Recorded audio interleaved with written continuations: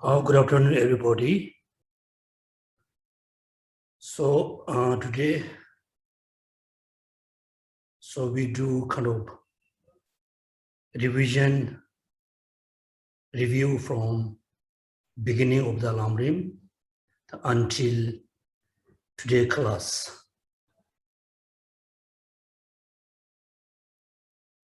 Beginning of the Lamrim books. First, Lama Tsongkhapa explained the importance of study and practicing Lamrim.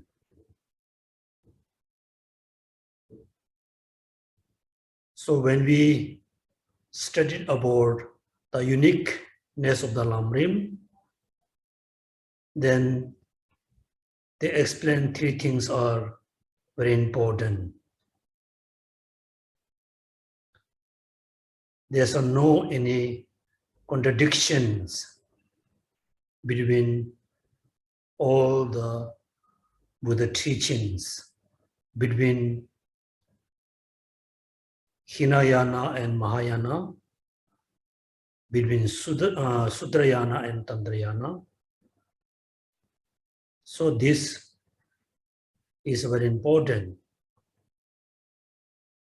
All the Buddha teachings, teaching about the Theravada practices, teaching about Sutra Mahayana, teaching about Tantra Mahayana, the teaching which is simply give advice to the disciples. All teachings mainly focus how to achieve the lasting happiness, how to achieve liberation, how to control, how to eliminate the negative thoughts.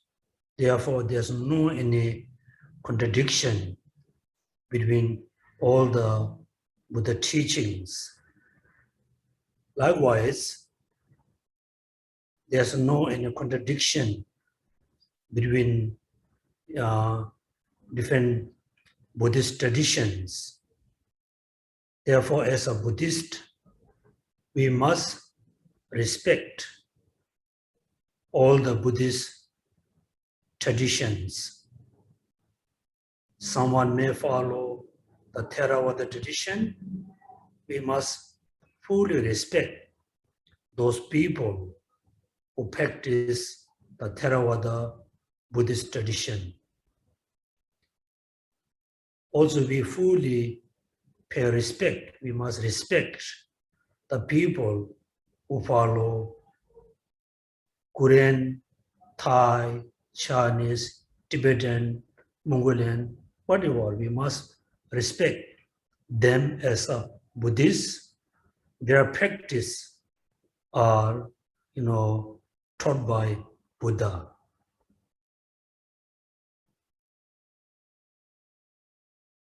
The second important is all the Buddha teachings taught to the disciple as a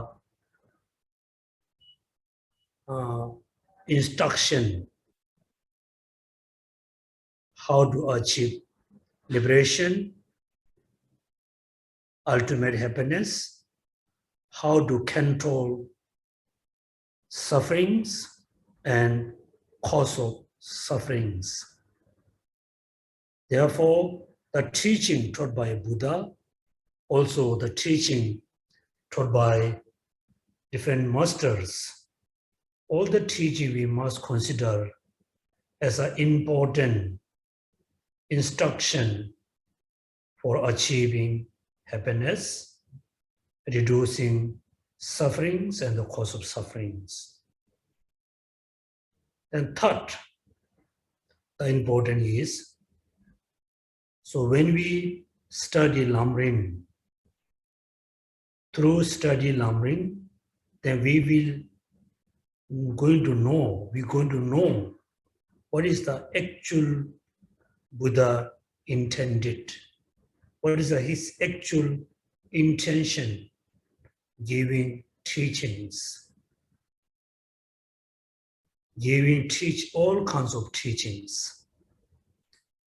The Buddha mainly has an intention to give a teaching to realize emptiness.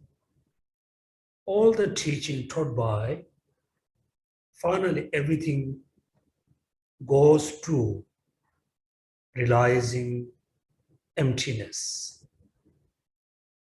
So these are the importance of studying Lamrim. Otherwise, we have different Buddhist traditions. We have many people practice Buddhism in different language, having a different culture background. Then we think they are different for me. I am, we are from, we are, I am and we are different from them. Then we always discriminate each other. Therefore, through study Lamrim, we must, think all the Buddhist people, they practice, study Buddhism in different language, having different culture and different tradition, but everybody follow the same path. Then after that, Lama Tsongkhapa explained the quality of the teachers, then the quality of the students. So this one we need to know the point, because in order to achieve liberation, the lasting happiness, we need to rely on someone. We need to rely on somebody.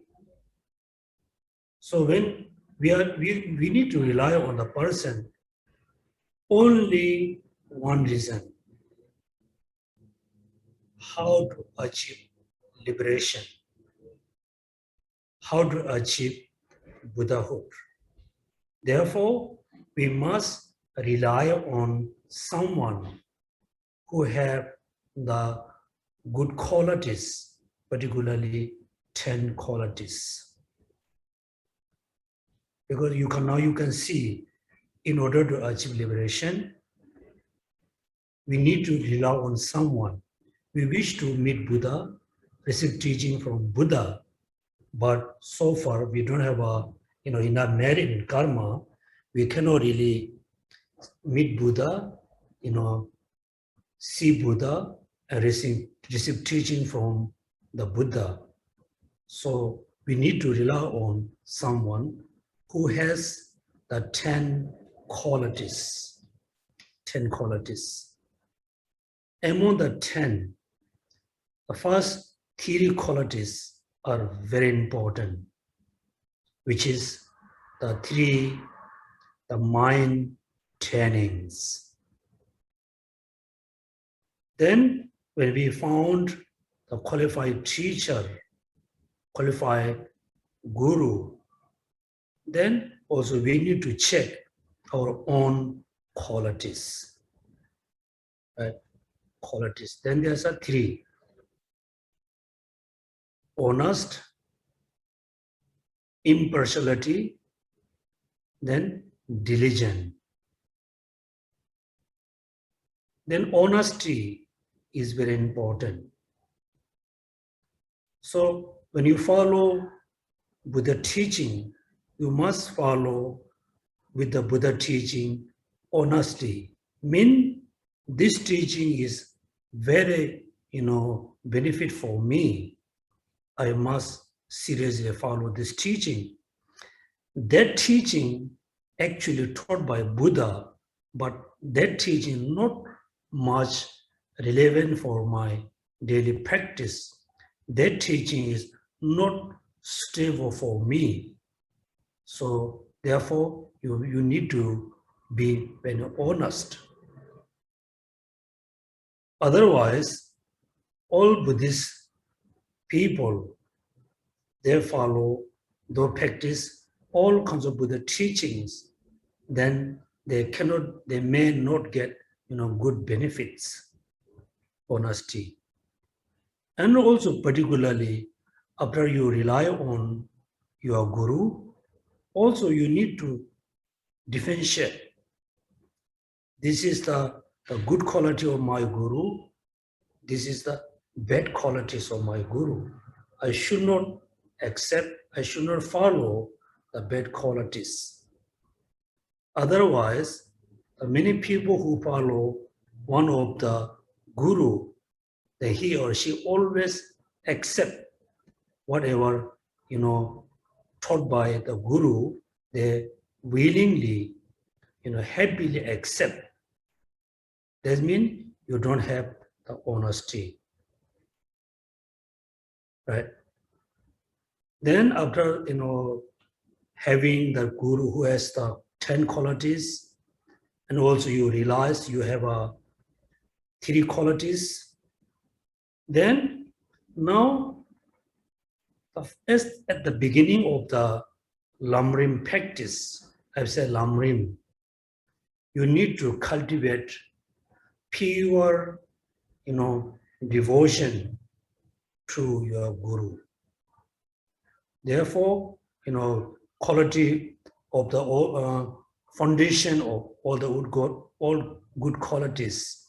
The teaching first start, the importance of rely on the guru. So you need to cultivate pure faith or devotion to your guru, based on knowing the 10 qualities. But this day, many of us, many of you haven't seen the, any of the, one of the 10 qualities.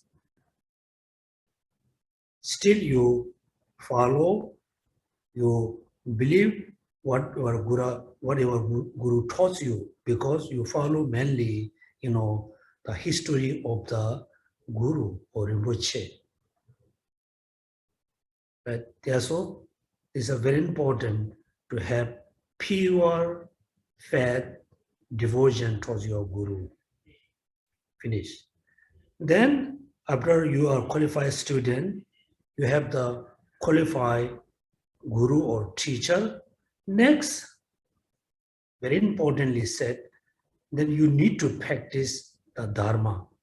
Not just listen, you need to practice the Dharma.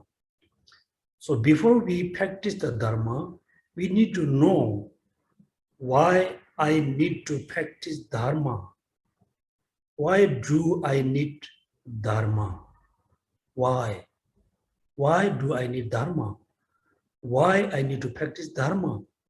Because physically I am very healthy, mentally I am very happy, I don't have any financial problems, I don't have a friendship or relationship problems. My friendship, my relationship are very healthy. I don't need Dharma. I don't need to practice Dharma. Then, if somebody asks, if you ask yourself, why I need to practice Dharma? Why do I need Dharma?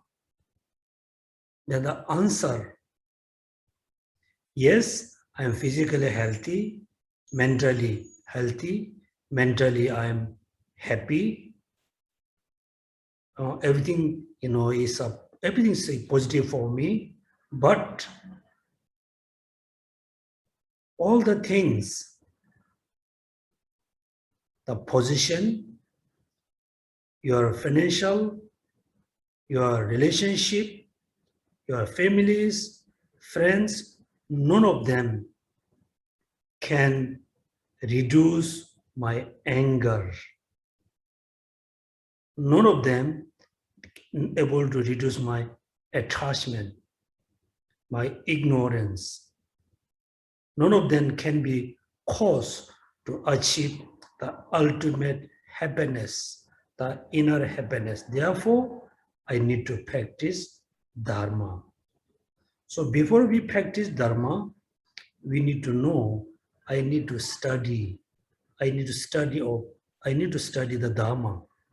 That means how long I need to study Dharma. How long? The answer is, so we need to study Dharma until we become Buddha. We need to study every moment. We need to study. Then which teachings I need to study? Which teaching? Therefore, very simply, if you study Lamrim, written by Lama Tsongkhapa, that means I'm not saying you have to be Gelugpa. I'm not saying you follow Gelugpa tradition. Because Lama Tsongkhapa Lamrim, the written by Lama Tsongkhapa, the Lamrim is very complete. Very complete. The Lamrim he composed based on the Buddha teachings, based on all the Indian Buddhist master, then particularly the Kadampa master. Therefore, you just study Lamrim, then you practice Lamrim. Right? Then, yes, now you know, oh, it is so important to practice Dharma, because Dharma brings inner happiness. The Dharma brings, everlasting happiness, because I don't want suffering. I want happiness. I want happiness all the time. Therefore, I knew it is so important to study Dharma, right? So then you need to know that the point, the important reason why you need to practice Dharma. So here I think everybody really need to realize, really need to be, very serious. So within the Buddhist, brothers and sisters, even though you study in one center, you follow one guru, but within the disciples, you always has a group. Oh, this is group, there's group, I don't like them, they don't like me, I don't like them. So you really have a lot of, kind of the negative things between the disciples. That means you didn't know the point why you need to study Dharma, why you need to practice Dharma, so why you need to attend Dharma class, why you need to follow the Guru. Without you not knowing these things very well, therefore, within the disciples, there's a lot of problems. Also, there's a lot of problem between disciple and the Guru, because both of them, they don't know the importance of studying, practicing Dharma. This one. Second, after you fully realize, mean not intellectual level, you realize in your deep mind, from your heart, you need to think, oh, I want happiness. I don't want suffering. Therefore, I need to practice Dharma. You must have this kind of thoughts based on, serious thoughts, not just simply follow the Lamrim. Serious thoughts. Then, after you fully realized it is very important to study Dharma, then when we should practice Dharma? Then many people think, oh, this lifetime I'm very busy. I have so many things need to be done. I'm always busy. I wish to practice Dharma in next life. This also not logical thoughts. Next life, we never know where we're going to born. Therefore, we should not delay. We should not think, I practice Dharma in my next life. I must practice this life. This life. This life means again we have another problem. Oh, nowadays I'm very busy. I need to take care of my families. I need to take care of myself. I need to do things for others. I'm so busy. I will practice Dharma after I retired. After I have done everything, then I can practice Dharma. This also not really logical thoughts. Because there's no guarantee which one come first, next life and tomorrow. So we should not think I will practice Dharma next year after I retire, after I have done everything. So in samsara, we cannot really complete things. We cannot complete done things. Because they said, the samsaric activities. In the samsara, all the activities look like, cleaning, you can say filter the muddy water, filtering the muddy water. In the corner of the muddy water, you make a kind of big, you dig little bit, you wait like 10, 20 minutes, then the water become very clean. So when you take up this clean water, take out, then the water become again dirty. In the muddy water, not easy to clean. Therefore, all the samsaric activities is exactly look like, filter the muddy water. You finish today, there's something you have to finish tomorrow. You finish this one, you need to finish another one.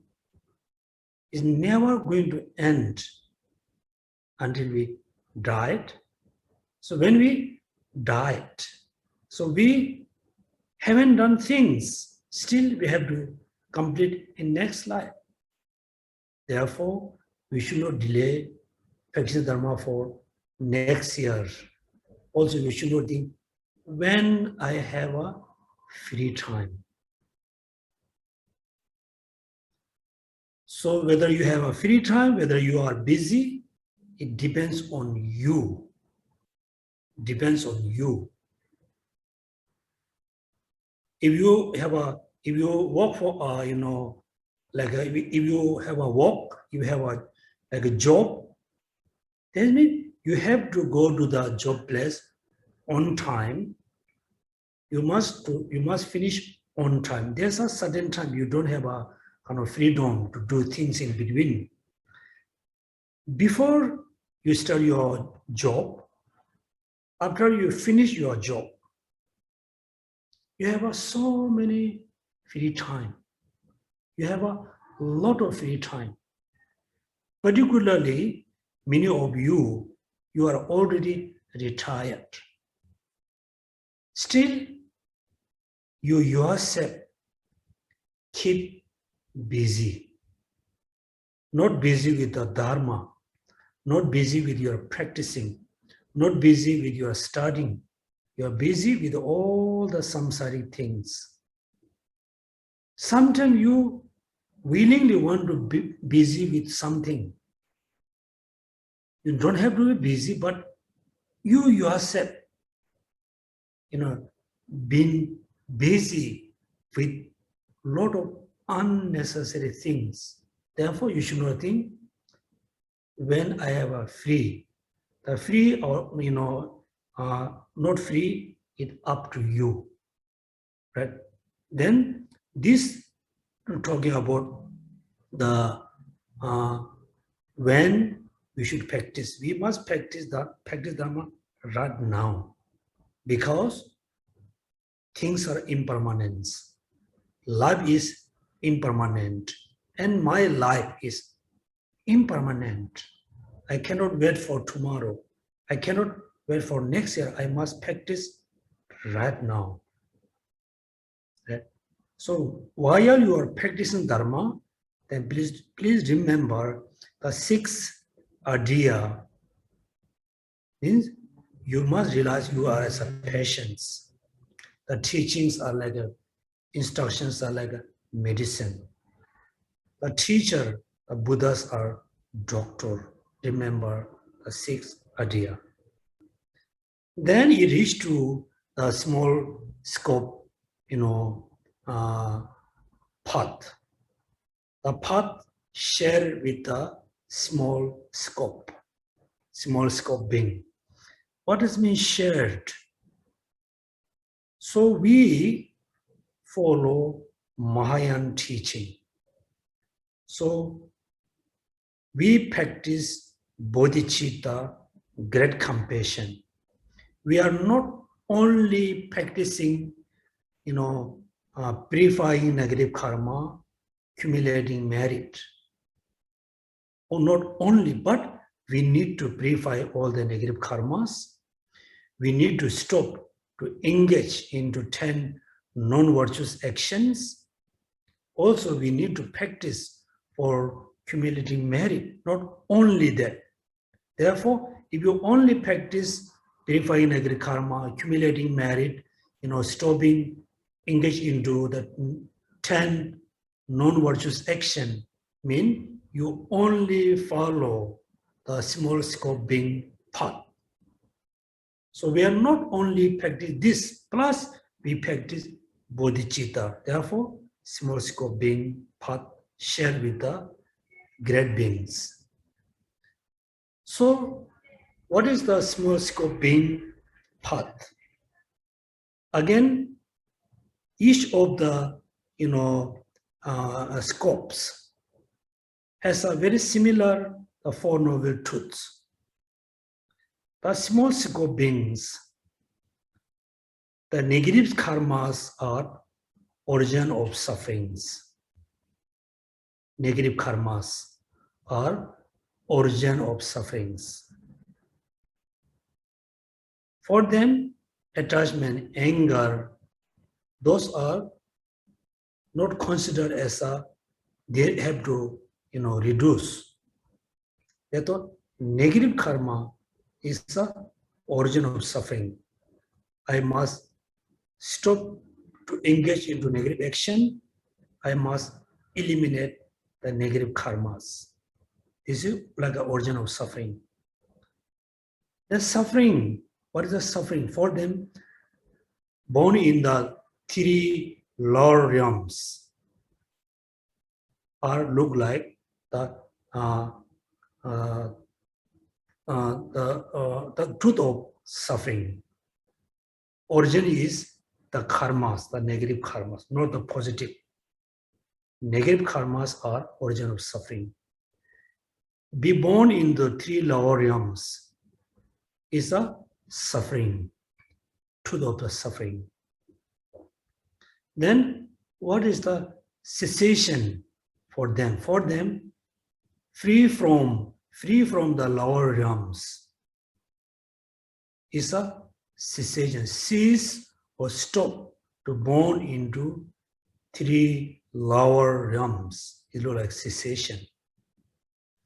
Then in order to stop, born into lower realms, what they need to practice as a path,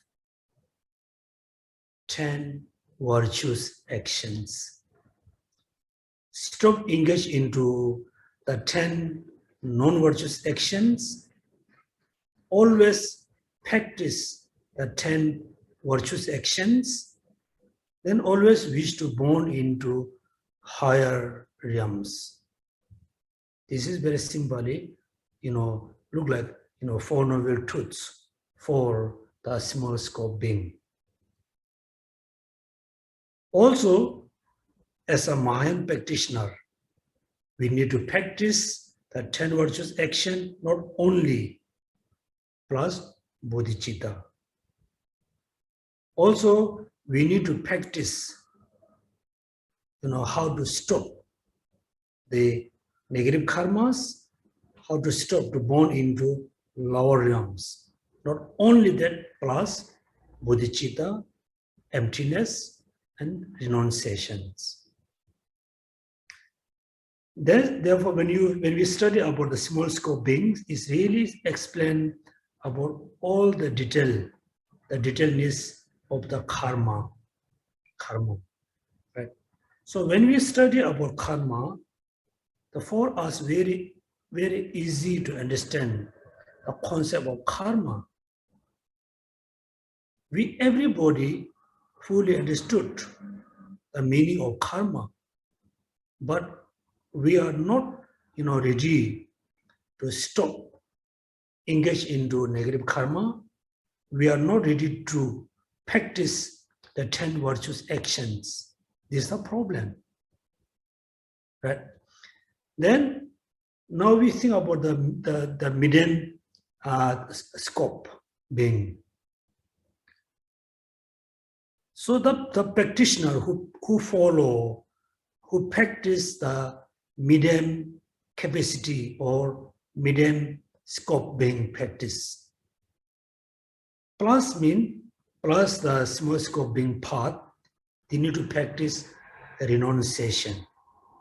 For them, also they have a Four Noble Truth according to the middle scope being. Karma plus all the afflictive emotions include ignorance. Those are the origin of sufferings. The cessation not only cease to born in lower realms, they want to cease to born into samsara. Right? Cessation. Then, in order to stop born into lower realms, born into samsara, then they need to practice the path, which is renunciation plus selflessness or emptiness, because we follow the Pasangika tradition. That means practice renunciation, we say cultivate renunciation and meditate on emptiness. Right? Then in the middle scope being, actually they explain more detailedly about karma and emotions, the Four Noble Truth, linked with the 12 links dependent origination. Right? But as a Mahayan practitioner, plus the small scope path, plus the middle scope path, then we need to practice bodhicitta. Only bodhicitta is different. Otherwise, emptiness, renunciation, both of them also practiced by the medium, like capacity being. Bodhicitta. Again, according to the Mahayan practitioner, now the Four Noble Truths become more subtle level, right? So the small scope, medium, great capacity, or great capacity being. So particularly when we studied about the medium scope being path, the explanation is very detailed about karma, all the afflicted emotions, then Four Noble Truths with the 12 link interdependence. That then when we move to the great scope path, the first explain the benefit of bodhicitta. Benefit of bodhicitta. Therefore, every day before we cultivate bodhicitta, we need to remember all the benefits of the bodhicitta. Once you remember all the great benefits, suddenly you very happy to cultivate bodhicitta. Then after that is explained how to cultivate bodhicitta. That there's a two different tradition. You can cultivate bodhicitta based on exchanging self and other. This practice more suit for the intelligent Mahayana practitioner. If you are not that intelligent, if you are not very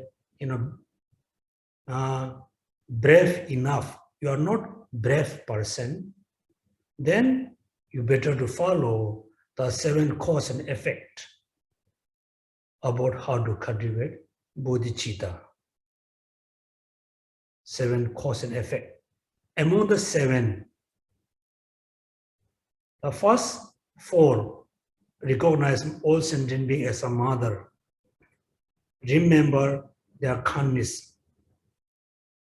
Repay their kindness. Right? Then great, like a Maharishi intended, the love, purely love. The 4 of these 4 are the most important cause to cultivate great compassion. So in order to cultivate great compassion, you need to recognize, you need to remember always all sentient beings, without exception, they are like my dearest mother. They are like my dearest friend. So when you accept all sentient beings like your dearest, like mother, some of you don't like mother, you can use my dearest brother, my dearest sister, my dearest friend. When you accept all sentient beings like your dearest one, you don't have any sense of hatred. You don't have anger towards any sentient beings. Right? Then after you recognize all sentient beings as my dearest, someone, then suddenly you remember their kindness.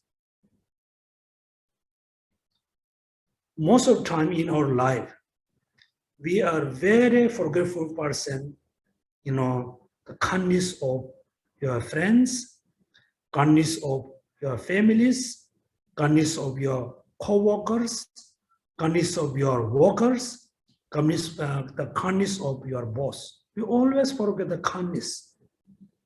But we always remember, little bad thing. The thing that the bad thing is so little, so small. We always remember all the time. Therefore, we have a lot of sense of hatred, anger towards many people. Right? Therefore, we need to remember their kindness. Even though someone is your like an enemy, you really, really hate the person, but you have forgotten this enemy used to be your mother in the previous life, used to be maybe your teacher, used to be your brother, used to be your daughter. If you think the all sentient being has a connection each other, then you remember the kindness. When you remember their kindness, they certainly being a honest person, you wish to repay their kindness. But again, another problem we have as a human being, you remember someone is very kind to you, always kind to you, always support you, always have you, always share things with you. But when you have an opportunity to have them, share things with them, but due to the stingy, due to the attachment things, attachment towards the thing. You are not willingly share things other. You are not willingly support others because you care yourself. Therefore, self-centered attitude or self-cherishing attitudes we have. Therefore, we always like to accept things from other. Whatever how much we can, we really bring everything bring to us. We are not ready to giving things to other because of a self-centered attitude, self-cherishing. Therefore, in order to practice bodhicitta, we need to cultivate great compassion.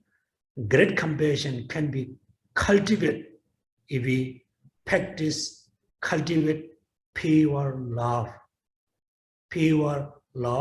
towards all sentient beings. Therefore, among the 7, the first 4 is the cause to cultivate bodhicitta. Then, altruism, bodhicitta are the result, effect of the great compassion.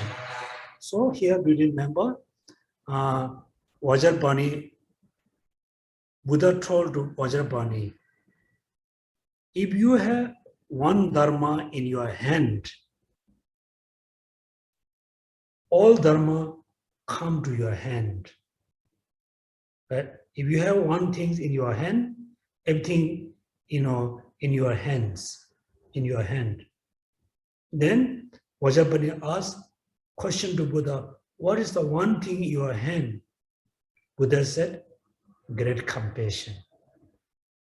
So also, in our life, so we have been practicing bodhicitta, but we don't have a really good experience of bodhicitta because we just practice bodhicitta based on the intellectual level, not the practical level.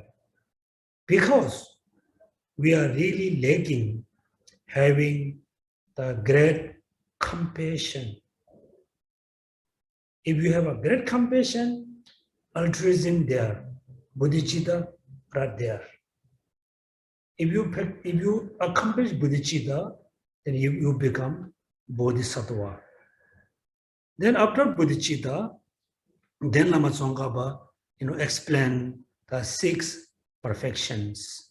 6 perfections. This means after you generated bodhicitta, then bodhicitta is a mind just wish to be Buddha to benefit all sentient beings. You have a wishing mind, but you don't have a commitment.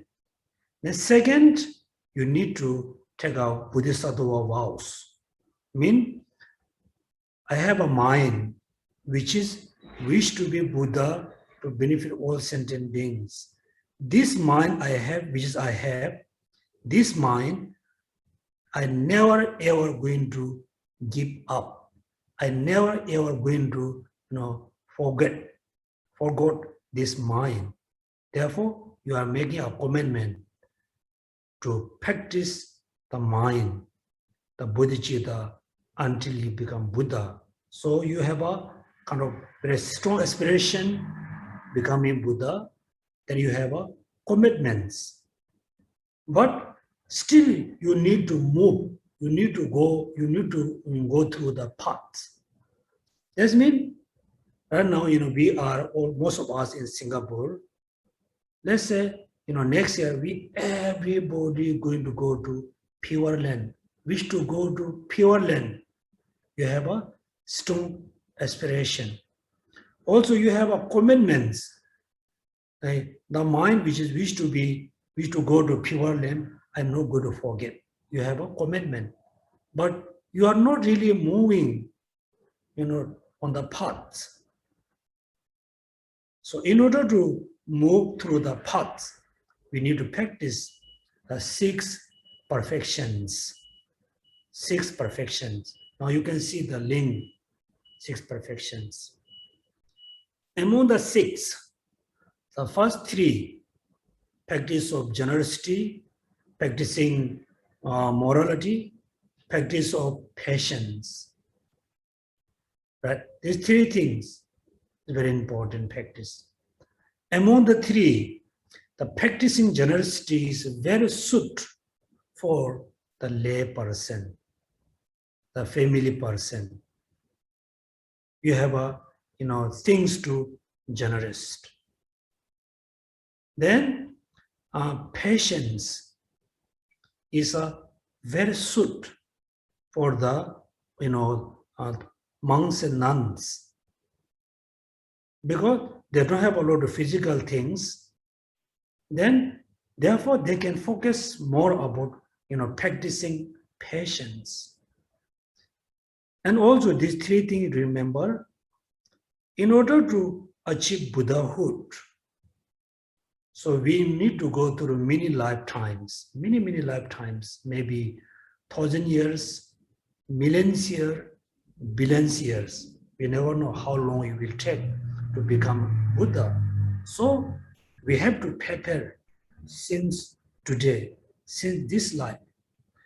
How should we prepare to go to Buddhahood through for many lifetimes? First, three practice very important. Three practices very important. Generosity, right? In order to practice Dharma, in order to continuously, follow Buddha teaching, follow the path, excellent resources very important. Excellent resources mean food, clothes, shelter, all the things, the physical thing we need. Therefore, this thing can be achieved if you practice generosity. Right? Generosity doesn't mean giving the physical thing. There's a three generosity. You can be very generous about giving teaching. You can be very generous about giving the physical things. You are always willing to save other life. Also, you are giving, they say, giving a life back. Generosity. Then, if you don't practice the morality, if you don't practice Shila, the Patimoksha vow, then you can have all the resources,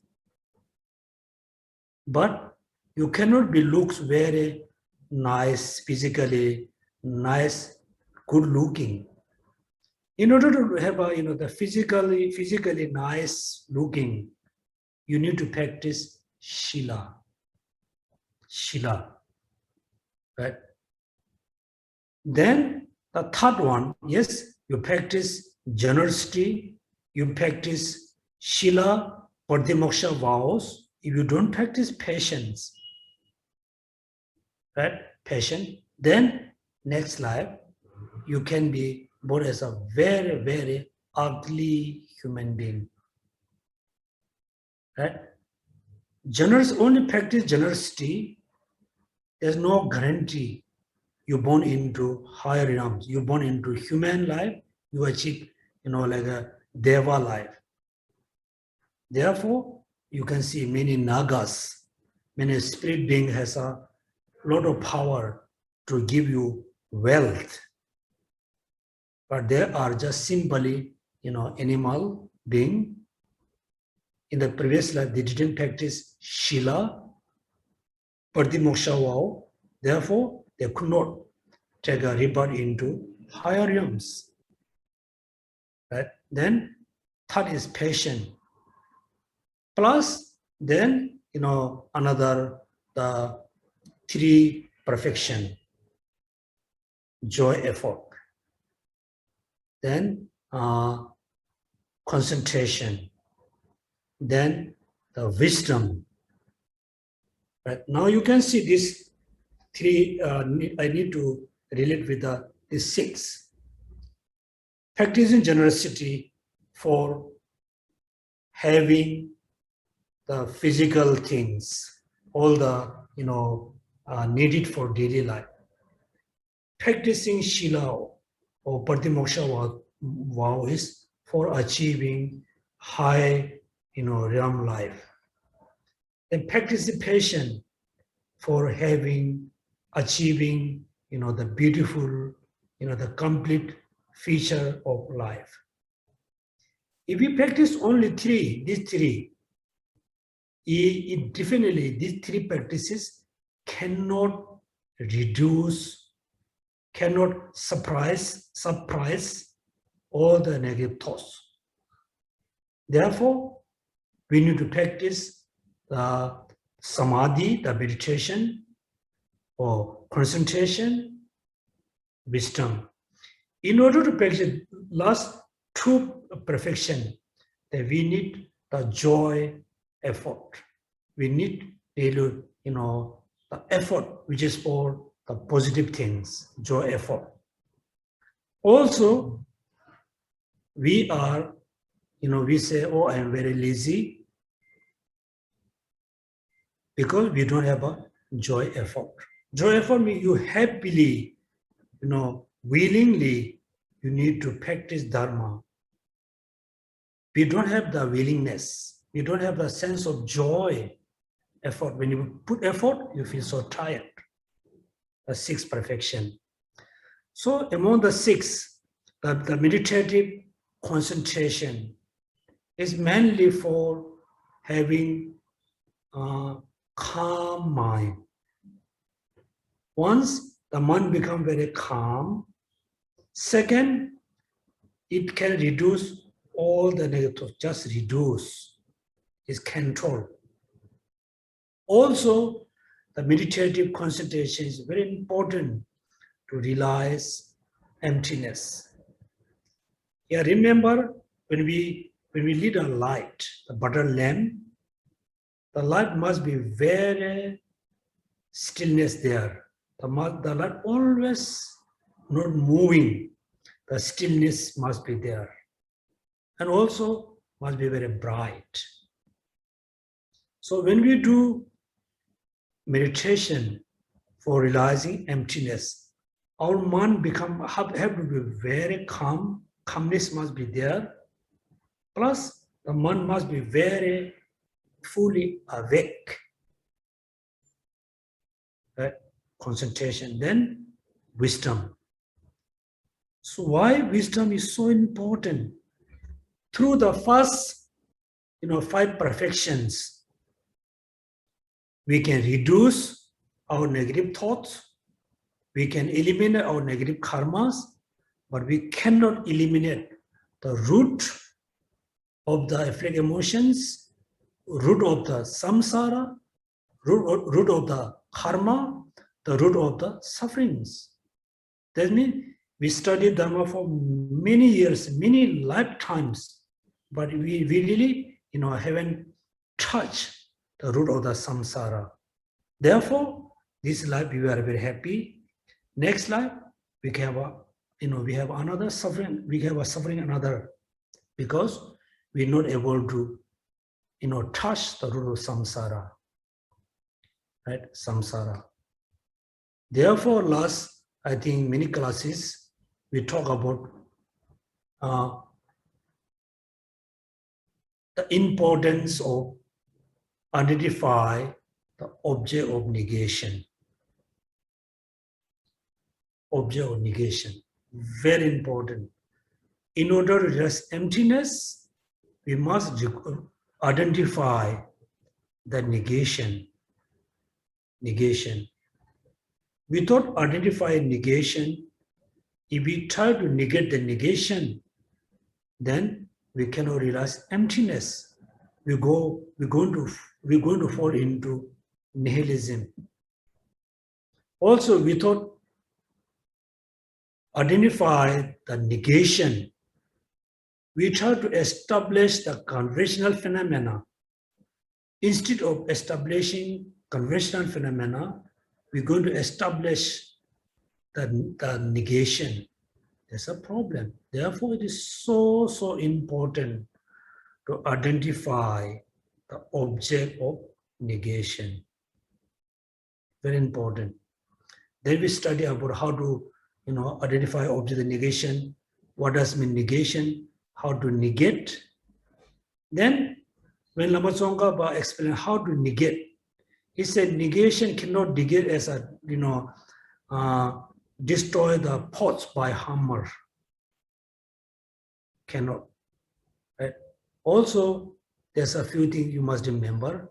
So today we mainly talk about the negotiation. So the negation based on the Lama Tsongkhapa book, which is called Intended. So I will share you the few page from the illuminating the intent exposition of the Chandrakirtis entering the middle way, identifying, grasping at the true existence according to the Pasangika Madhyamaka standpoint. Right? That means we need to identify the grasping at truth existence. Mean we need to identify the ignorance. Grasping is a mind which is grasped at the true existence according to the Pasangika. Just this before is also explained about the Svatantika.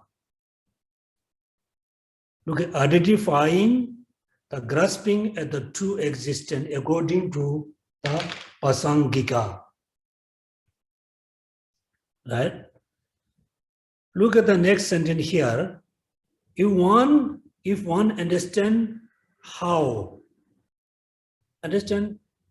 about the grasping at true existence, if one understands how, according to this system, according to the Pasangika, according to this system, phenomena are posited through mere conceptualization. Right? Therefore, the sentence is very important. Phenomena are posited through mere conceptualization. Phenomena are posited through mere conceptualization. One can then easily recognize how its opposite would constitute grasping at true existence. According to Pasangika, phenomena are, any kinds of phenomena are posited, established. How to establish, how to posit it? Through mere conceptualization. First, we need to know this meaning of this sentence. Phenomena are posited through mere conceptualization. Right? So how we know phenomena are posited through mere conceptualization? How we know, how we must know. Now everybody just think about, like a mobile phone. The mobile phone is posited, established as a mobile phone through mere only conceptualization. Once more, the phone is posited, established through only conceptualization. What does it mean? Now you can imagine, you can look at your handphone, mobile phone. So this is a mobile phone. 20 years ago, there wasn't mobile phone, just phone. Then, many people, put a lot of effort. They make this kind of thing. Then they just establish this thing as a mobile phone. So The phone is only merely established through the conceptualization, through our mind. How we know the phone is posited through mere conceptualization? Mean before we designate it, this thing as a phone, there wasn't a phone. There wasn't a mobile phone. There's something there, right? Then somehow a group of people or one person, they just give a name to this thing. The name as a phone, yeah, the concept of phone, the name of the phone is just come from our conceptual mind.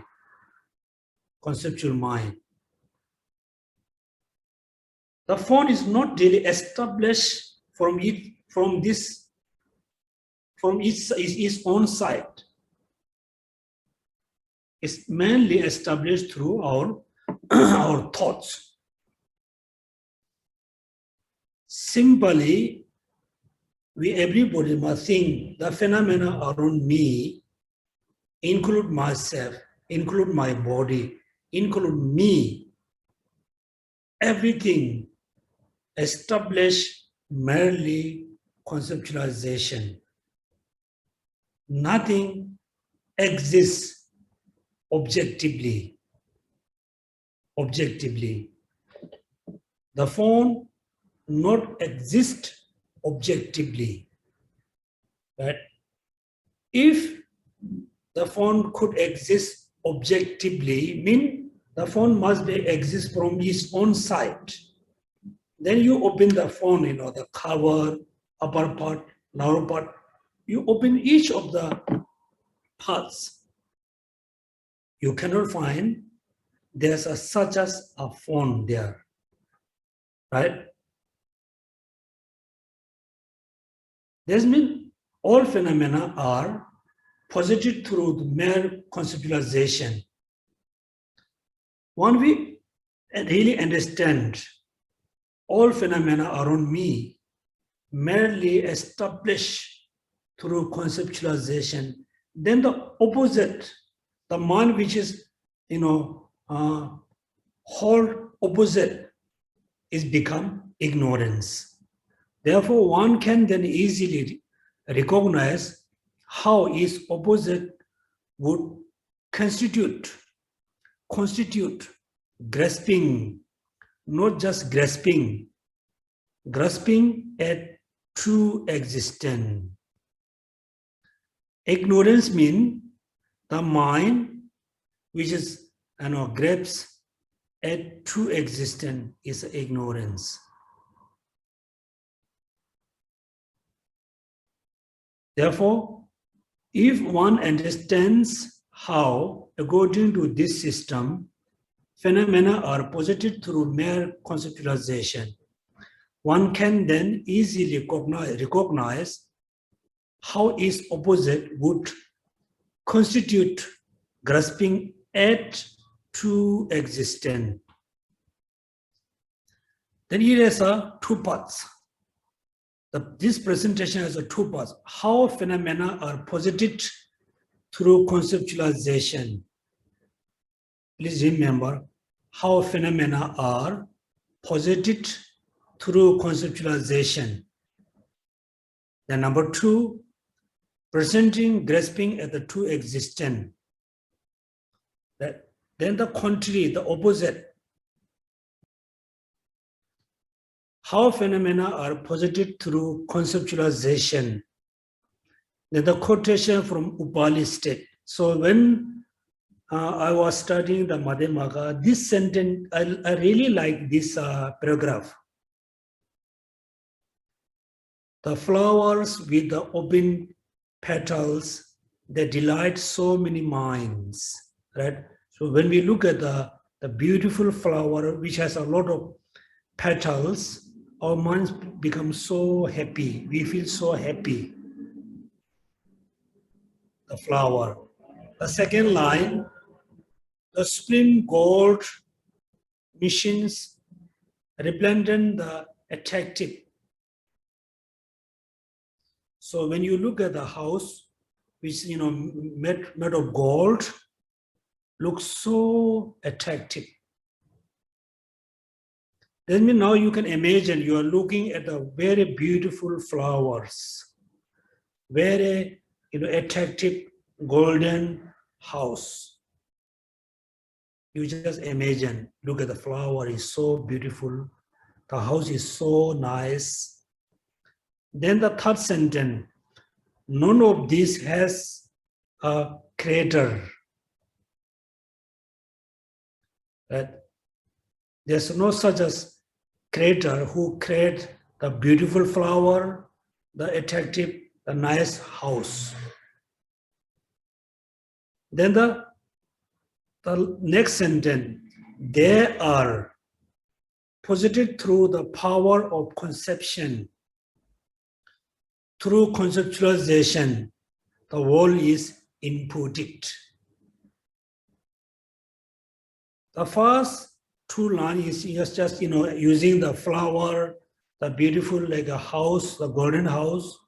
When we think about it, we feel so happy. But it doesn't have any creator. Nobody create.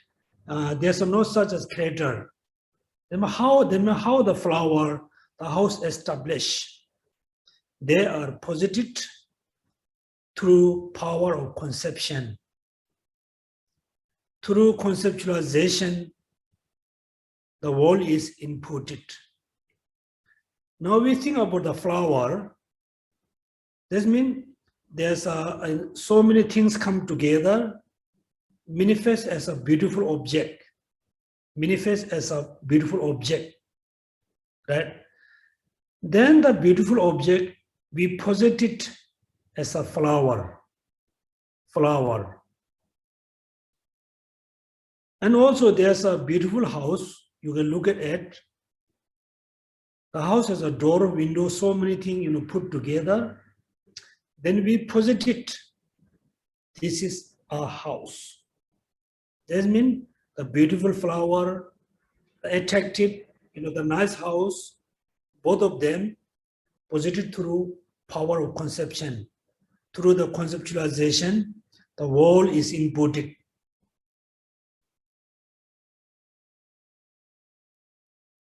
That means everything around us inputted through the power of conception, through the conceptualizations. For example, the mobile phone. Now, based on the mobile phone, we can say, mobile phone is there. There's a mobile phone. There's a mobile phone. Actually, how we establish the thing as a mobile? Because established through somebody's mind. Since we always follow the concept. The next sentence, those phenomena are thought to be posited through the power of conceptualization. On many other occasions, phenomena are described as mere imputation. This means established through the power of conceptualization. Also another way, same way, described as mere imputation. Imputation, establish, these are actually similar meaning. Imputation of thoughts as the posited by the various of power conceptualization. Right? That means this sentence is very important. Everybody, please try to memorize. The flowers with their open petals, they delight so many minds. The supreme gold machines, resplendent and attractive. None of this has a creator. They are posited through the power of conceptions, through the conceptualization. The world is inputted.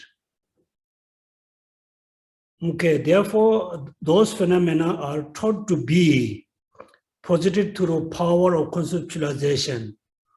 On many other occasions, phenomena are described as a mere imputation. That means these two are exactly the same meaning. Thought to be posited through the power of conceptualization, described as a mere imputation. These are exactly the same meaning. Right? Then this one, next sentence. The Buddha have stated that the world is conditioned by ignorance.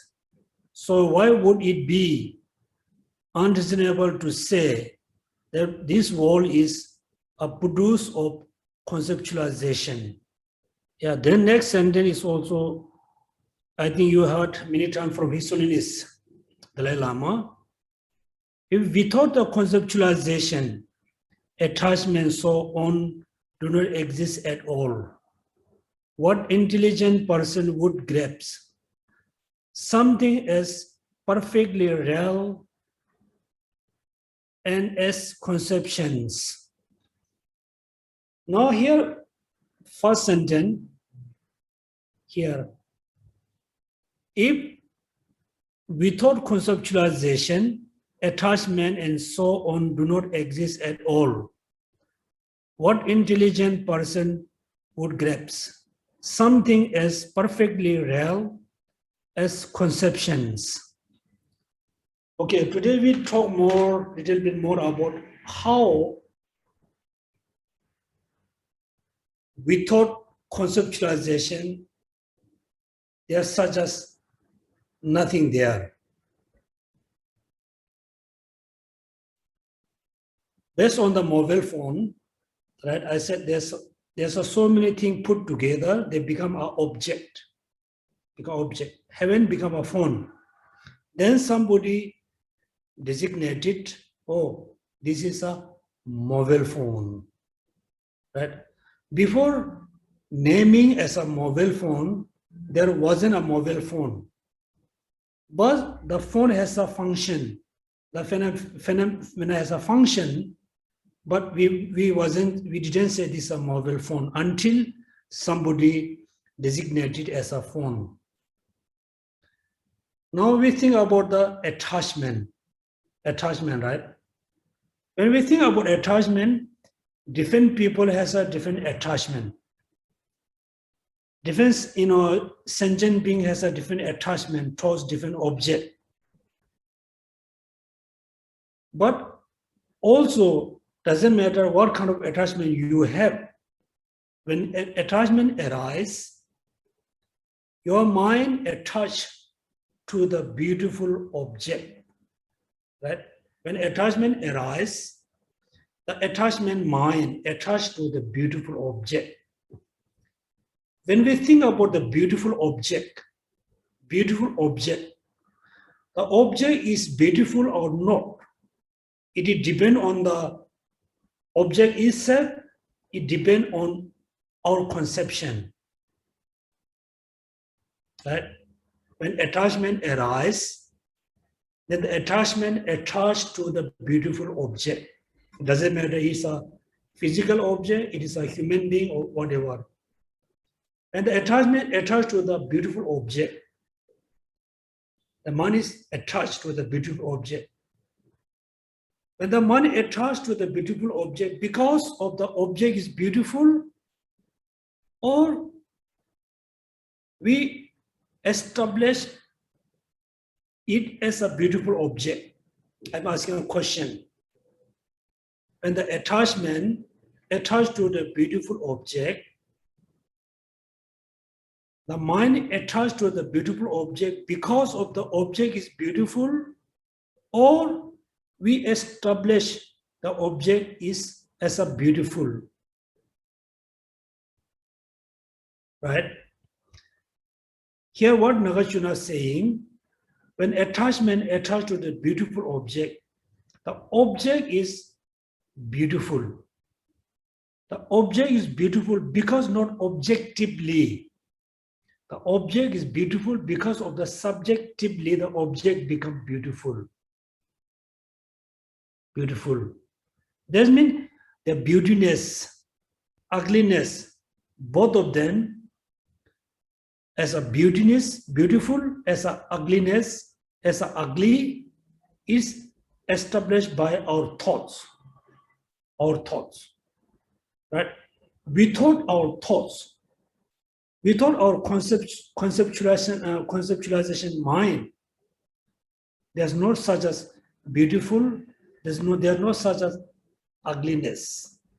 Ugliness, beautiful, big, small, yellow, white, everything established by our conceptualization mind.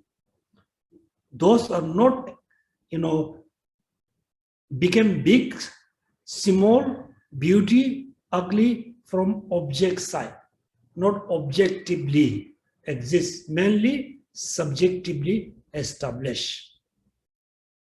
Clear? Attachment. Now anger. When we have an anger arise, anger arise towards object. When the anger arises to an object or person, then the object and person become very ugly for the person who has a anger. Now the object is ugly or not ugly. It is not the object side. It's from your subject side. It's subjectively established, not objectively. If the object is ugly, established from the object side, objectively, then everybody must see the object is always beautiful. But this is not the case. Same object become object of attachment. The same object also became object of anger. But one object cannot be ugly, cannot be beauty, because ugly and beauty is contradiction. Right? Therefore, ugly and beauty is not established from the object side, not objectively there. It's mainly from our concept. And also we can say water, fire, whatever, everything is just established from our conceptual mind. Then somebody may think, without the mind, if there's a fire or not. I will say, without the conceptual mind, there's no fire, no water. But without we establish as a fire, something there, it has a function. It has a function to cook, function to burn, function to heat up. It has a function there. But the phenomena which has a function to cook, it is not yet established as a fire. Something there, but nobody established as a fire. Then maybe, millions of years ago, somebody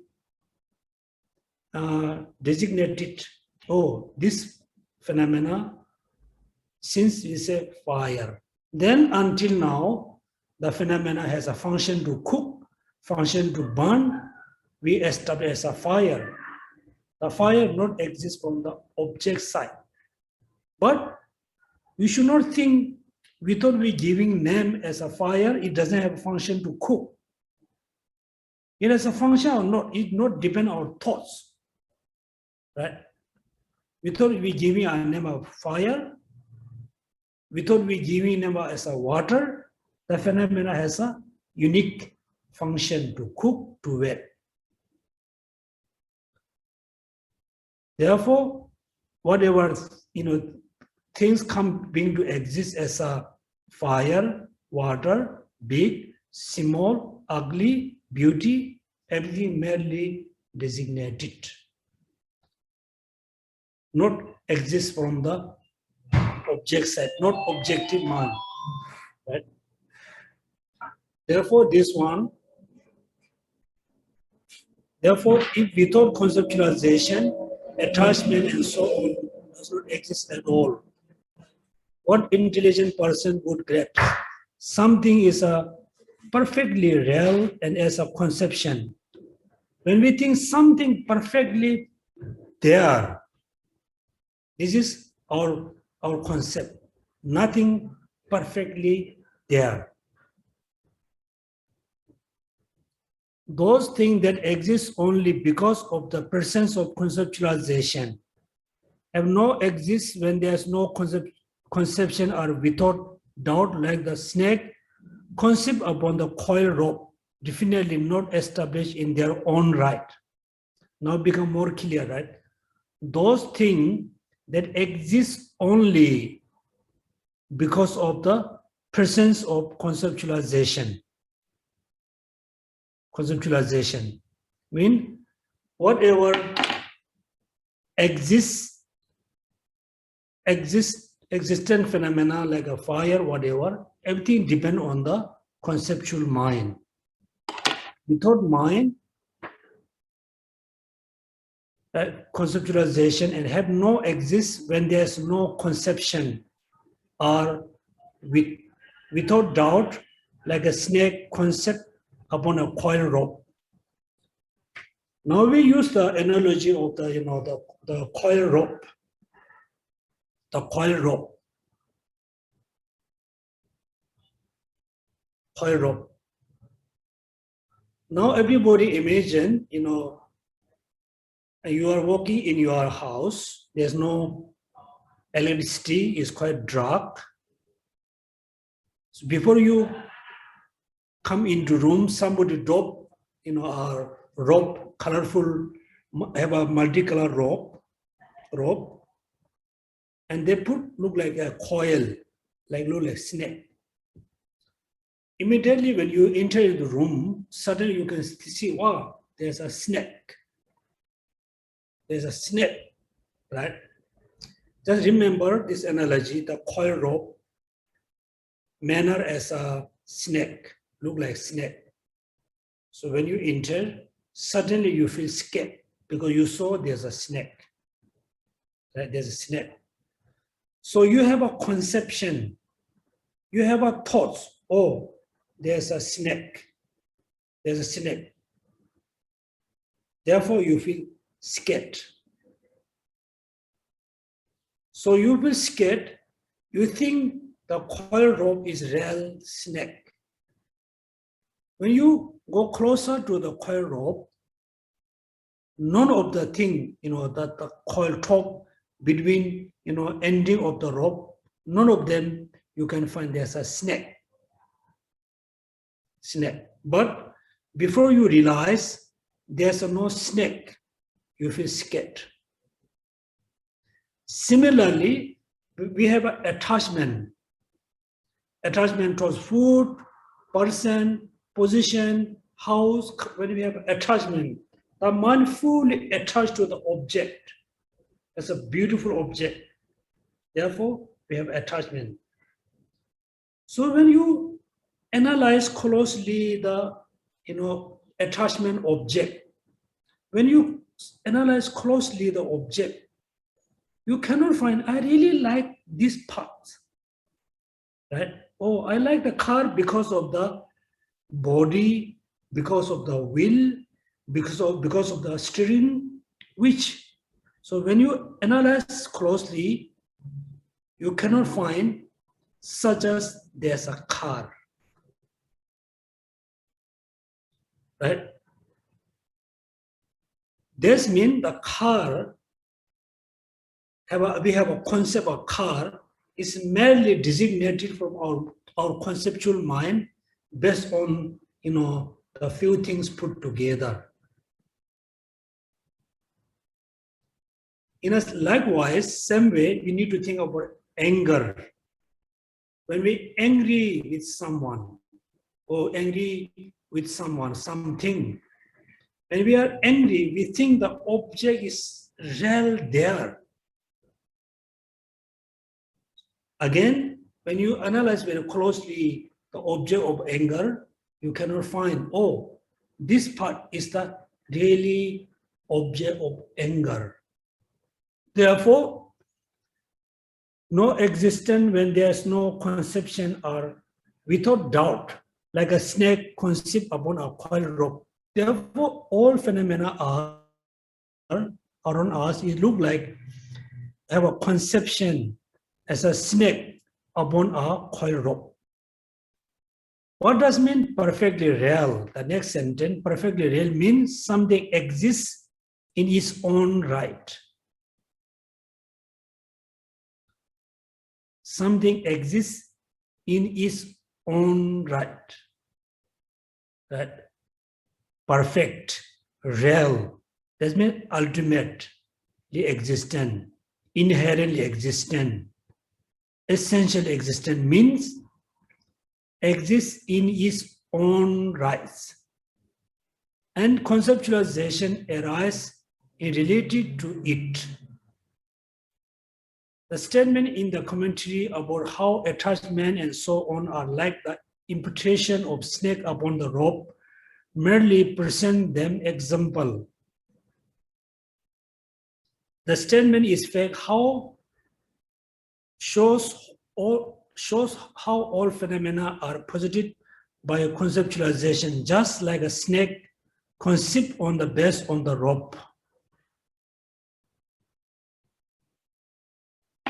Therefore, when since today, when you look at around, anything perceived to you, anything, a beautiful object, ugly object, big, small, bars, car, whatever appeared to you, suddenly you must remember, oh, this thing merely imputation, inputted by individual thoughts.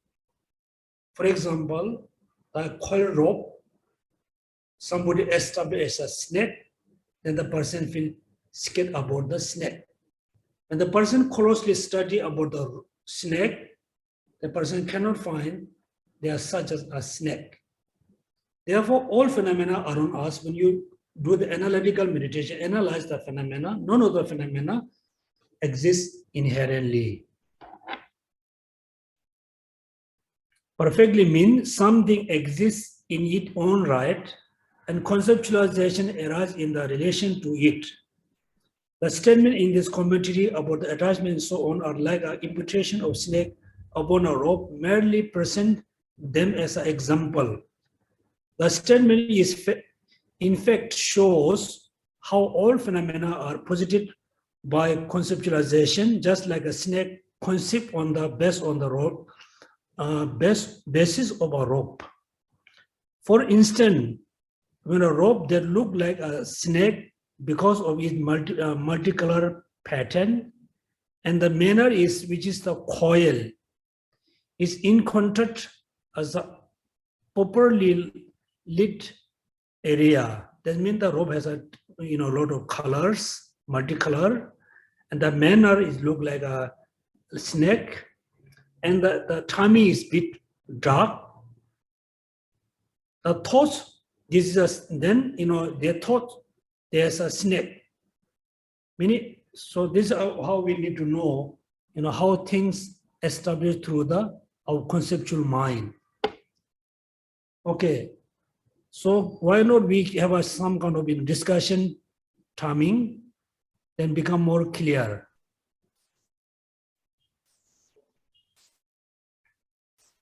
Okay, have any question? Yes, there are questions. Okay, let me read out. From the Tantric text says, a wrong thought about the guru is great negative karma.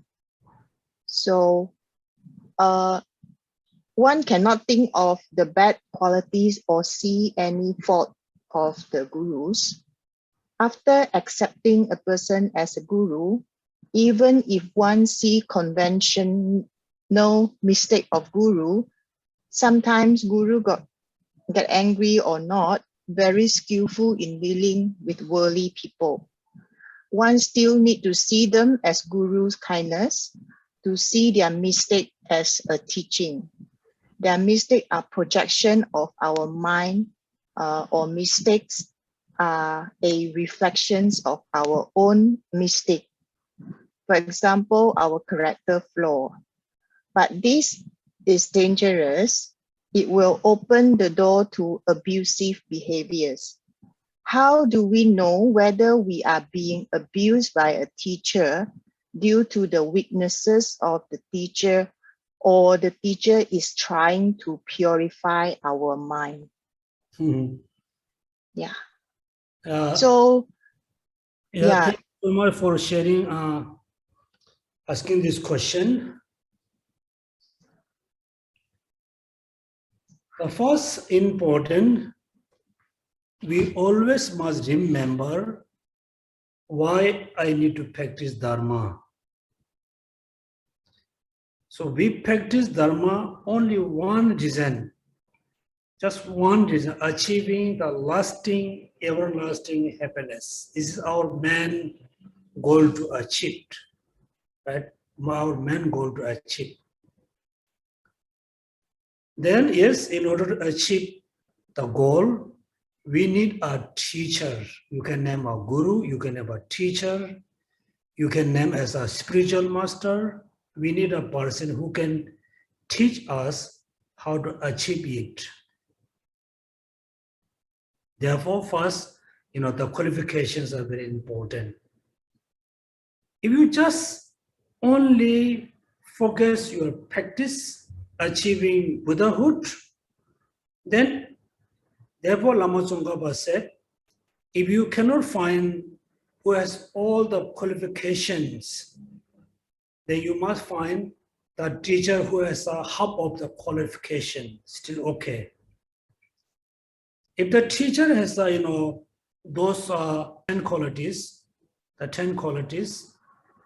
then in between the teacher, of course, all the teachers, all the gurus are not a Buddha.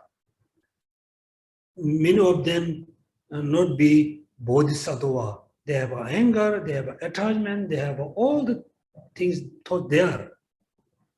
But it's up to you. For example, you are seriously ill, right?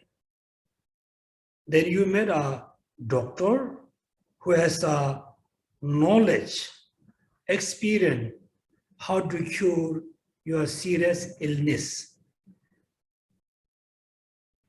Then you are receiving, good treatment to cure your sickness. In between, if the doctor, do some nonsense thing for you, I think you just ignore. Because you really receiving what you need. You need a good treatment. The doctor giving good treatment. When you see the doctor has some faulty or problem, you should not think about the faulty. You just only think about the good thing. Then you can have a lot of benefits. When you see the faulty of your guru, also you are looking from the faulty point of view, then there's a dangers to decrease your devotion to the guru. Number one. Number two, the teacher doesn't have any kind of any of the 10 qualifications, any of the 10 qualities. Still you accept the person as your guru. In between, the teacher have been doing a lot of nonsense thing, then definitely you need to speak out. You need to away from this person, because the person not giving you what you need, not teaching you what you need. They just namely your guru, namely your teacher. Actually, he or she never be your guru, never be your teacher. Even though you accept it, he or she cannot be your guru, because that person is a kind of baseless teacher. This one. Then maybe think about the Vajrayana practice, Vajrayana guru. Honestly speaking, none of us, this class, none of us actually a very stable, stable disciple, stable student to practice Vajrayana. And even though somebody give you initiation, empowerment, so and so, they just did, perform the ritual. As I gave you initiation, you haven't received initiation, and the guru actually didn't give you proper initiation. If you have this kind of, relation with the guru, then again, you must speak out, you must reject, you no need to, follow this guru. But the guru is fully qualified guru, has all the qualities. Sometimes the guru become angry, scold you, or beat you, or some kind of harassment there, then you also need to ignore, because you are receiving what you really need. Proper initiation, proper Tantrayana practice, he or she is qualified. In between, if you have some, see some falsy, you just ignore, because there's no any benefit thinking about the falsy. Right? The most importantly, before you follow someone as your guru, you need to check the guru is pure, genuine or not. The guru has this quality or not. You must check, being honestly, then you can find right and wrong. So accepting someone as a Vajrayana guru is not easy at all. Buddha Shakyamuni himself said, even though if you need to test for 12 years to be your Vajrayana guru. So none of us check, the guru as a Vajrayana guru for 1 year. Buddha said, even though you need to test, you must test for 12 years. Okay, I don't think there's a question related to this. Excuse me, Geshe-la. Yes, Sonam? A question from the Chinese side. Mm-hmm. Geshe-la, can you explain what is a conceptual thought and how does that differ from our mind? What is the concept, the one that we establish, you called it conceptual thought. How does that differ from what we know as the mind? Actually, mind has two categories: direct perception and the conceptual thoughts. Mind, all mind, based on you, all minds we can put into two categories. One is the direct perception, second is the conceptual thoughts or indirect perception. Therefore, the conceptual mind is a part of mind. For example, we have a eye consciousness. Eye consciousness is a mind. Air consciousness, nose consciousness, the physical, the body consciousness, bodily consciousness, those are mind, not conceptual mind. Those are direct perception. Because the eyes can see things directly. Air can perceive the sound directly. So therefore the five senses are direct perception, not conceptual thoughts, not conceptual mind. Then attachment, anger, hatred, doubts, ignorance, all of them is conceptual mind.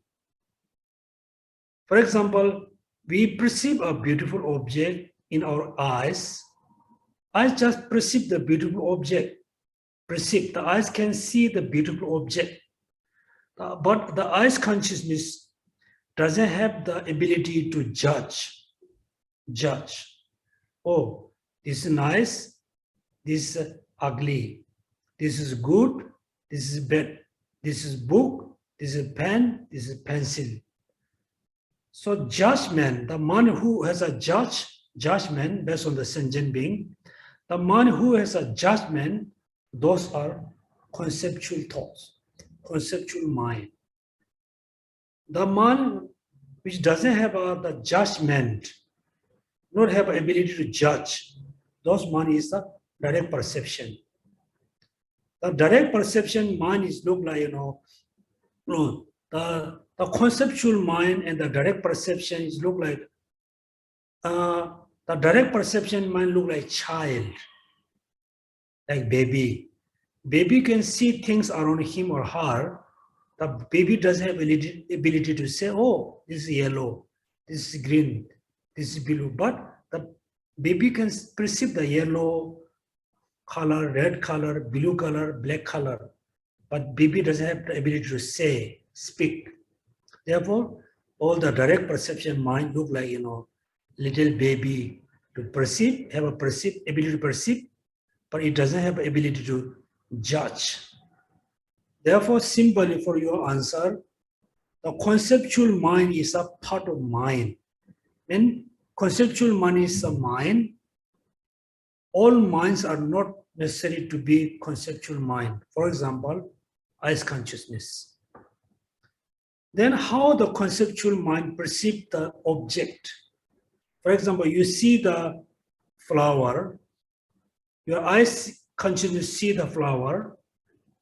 After the eyes consciousness, immediately there's a mind to judge, oh, the flower is nice, this flower is very ugly. That mind we call conceptual mind, because the mind only have a image, mental imaginary. It doesn't see the object directly. Therefore, the conceptual mind is a part of mind. All mind not necessary to be the conceptual mind. Quite clear? Tindadoma? Yes, Geshe-la. A further question is, what do you mean by established by a conceptual mind?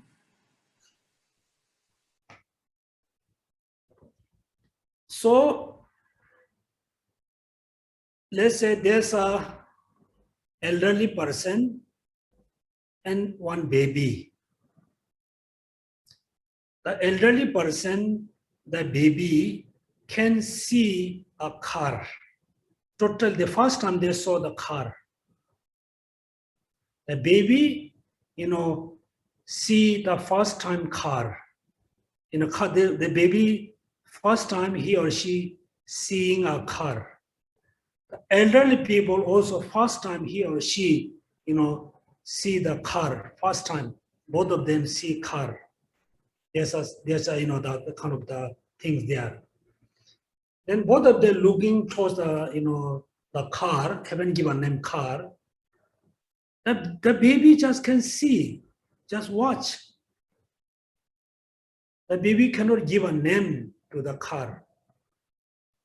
Then slowly the elderly person have an ability to give a name. Oh, he think about it while. He say, oh, since today is a car. Right?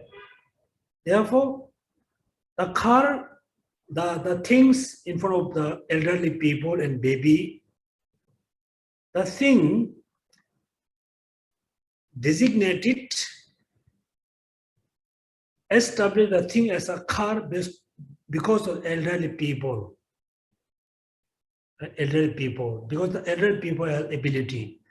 Therefore, before we give a name, we need to think.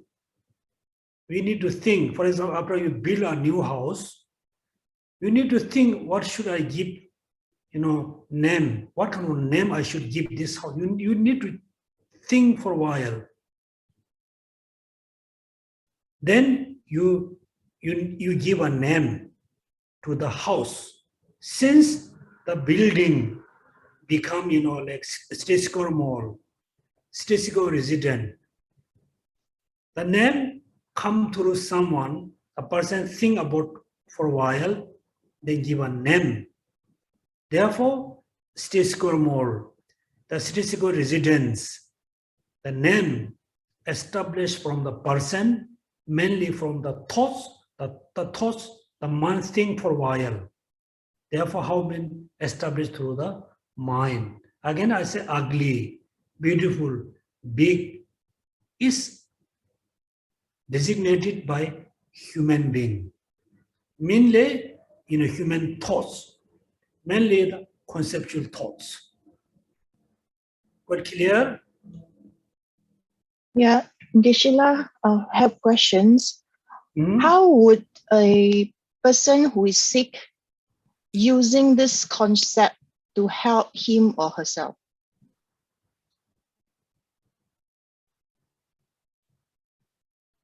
So, yes, these are very, very, I think, useful and important practice. For example, most of you already has taken the COVID vaccine. Before they inject you the COVID vaccine, you feel, oh, I'm going, it's going to hurt me. Usually when I'm, getting the vaccine, I always analyze, oh, I'm going to hurt by the vaccine.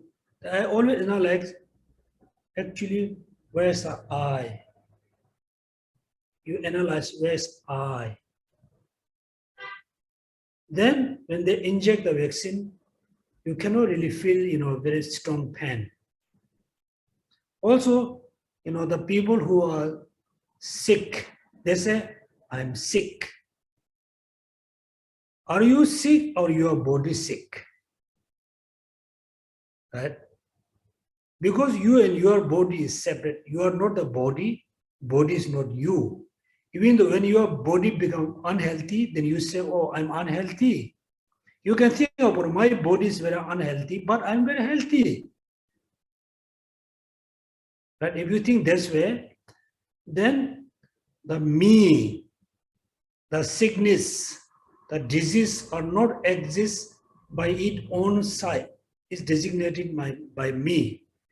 You can designate the sickness as a joy. If you're able to establish the sickness as a joy based on your conception, then you don't feel I'm sick. You don't feel I'm unhappy, because you change your concept based on the sickness. This concept is very, very important. I think many high practitioners, when they are sick, they do a lot of meditation on emptiness of the me, emptiness of my body, emptiness of the sickness. Plus, they give a lot of giving and taking the practice in a tong len, giving and taking practice is very important. But as a beginner, it's not easy to change your perception. Exactly. For example, if you really like someone, you really, really, truly like someone, truly love someone, without the person, you cannot eat, you cannot sleep, you cannot do anything. So when you're able to change the perception about the person, beautiful as ugly, then you're able to control your attachment. It is same way you can use for your sickness and disease. Okay, it's almost 5. I said many times, this the topic is not easy. So even though please don't give up, you read, the Lamrim book, bit by bit. So next class, Saturday class, Saturday, right? Next class, I think we go through more through the experiential level, through meditation. So I will say, okay, you imagine this, imagine that. I try to explain you how to recognize the negation. Second, I ask you to negate the negation. Third, I ask you to meditate on emptiness or the merely negate parts. So we go through more experience rather than the just speaking. And thank you so much for attending the Lamrim class. It's not easy at all to understand. Also, we're going to celebrate his birthday on the 6th of July. I request all of you to recite Om Mani Padme Hum 30,000 in order to dedicate the merit for long life Iswara Dalai Lama. Also in order to dedicate the merit for world peace. So please recite Om Mani Padme Hum as much as you can, the minimum 30,000. So now we have another only 2 days. You can target to 20,000. Then during the long life puja, so we have something to dedicate.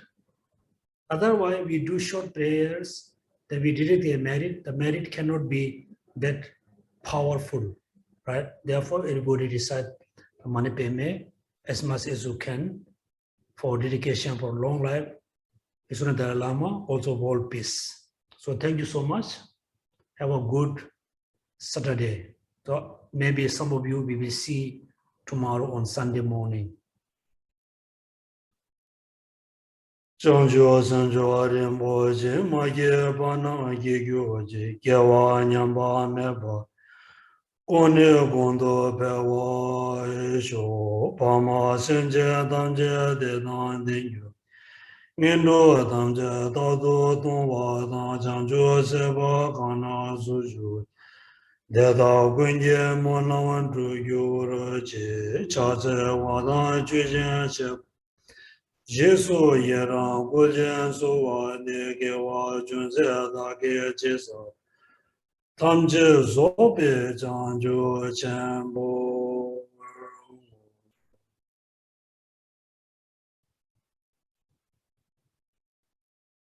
Thank you. Have a happy Saturday. Thank you.